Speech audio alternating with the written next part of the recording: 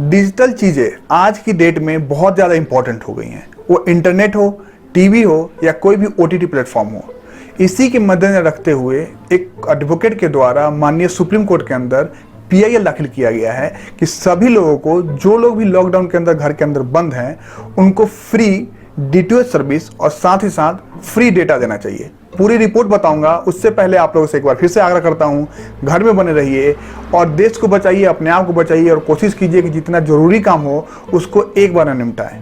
तो दोस्तों, एक एडवोकेट हैं, उनके द्वारा बताया गया है कि साइकोलॉजिकली लोगों के ऊपर बहुत ज़्यादा प्रेशर पड़ रहा है और जैसे ही लॉकडाउन की तिथि को बढ़ाया गया, लोग परेशान हो रहे हैं, घरों के अंदर बंद हैं, उनके कामकाज बंद हैं। जब ये सब चीज़ें हो रही हैं तो उनको फ्री में चीज़ों को देना कितना आवश्यक है कि वो लोग उस चीज़ को एंजॉय कर सके और घर में रहने के बाद भी उनके पास इतना कुछ हो करने के लिए, टीवी देखने के लिए, इंटरनेट पर प्रोग्राम्स देखने के लिए और साथ ही साथ और भी एक्टिविटीज़ करने के लिए कि उनको समस्या ना हो।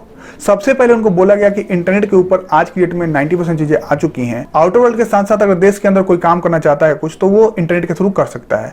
साथ ही साथ बताया गया कि डीटीएच प्लेटफॉर्म क्यों जरूरी है। देखिए, अगर इंटरनेट जिनके पास अवेलेबल नहीं हो सकता है, मोबाइल फोन के पास नहीं है 4G का, वो लोग 2G में ही आज की डेट में देख रहे हैं, तो घरों के अंदर जो बच्चे बने हुए हैं, जो परिवार हैं और जो बुजुर्ग लोग हैं, उन लोगों को टीवी पे कुछ ऐसे प्रोग्राम्स देखने को मिले जो प्रोग्राम्स उनको कुछ वैल्यू दे लाइफ में।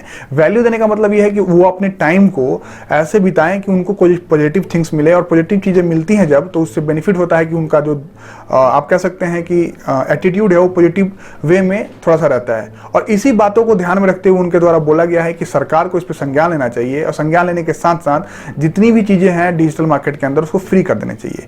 ओटीटी के बारे में ऐसा कुछ नहीं बोला गया है, लेकिन मेन मुद्दा साइकोलॉजिकल इफेक्ट्स को बताया गया है और इसमें मिनिस्ट्री ऑफ हेल्थ को भी एक सब्जेक्ट बनाया गया है और साथ ही साथ उसके अलावा होम मिनिस्ट्री को और जितने भी चीज़ें कंसर्न है उन सभी को बना के इसमें पिटीशन डाला गया है। आने वाले टाइम के अंदर सुप्रीम कोर्ट इस पर सुनवाई करता है या नहीं करता है, क्या रिपोर्ट देता है, वो देखने वाली बात होगी। जैसा कि आप सभी को मालूम है कि लॉकडाउन 3 मई तक है और आज 17 अप्रैल हो चुका है, तो इसके ऊपर बहुत टाइम तो बचा नहीं है, लेकिन क्या बातें निकल के आती है, इससे कैसे हम लोग का बेनिफिट होता है या नहीं होता है, उसके बारे में देखने वाली बात होगी।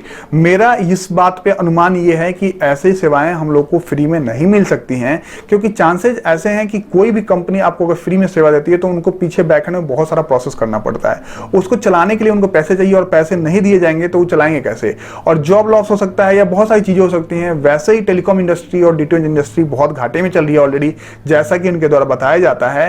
तो अभी फिलहाल ऐसा कुछ नहीं होगा। माननीय सुप्रीम कोर्ट की तरफ से ज्यादा चांसेस है कि ऐसी रिपोर्ट नहीं दी जाएगी या ऐसे ऑर्डर्स नहीं पास किए जाएंगे। ये मेरा अनुमान है, ये मैंने आप लोगों तक रखा है। आपको क्या लगता है कमेंट बॉक्स में बताइएगा।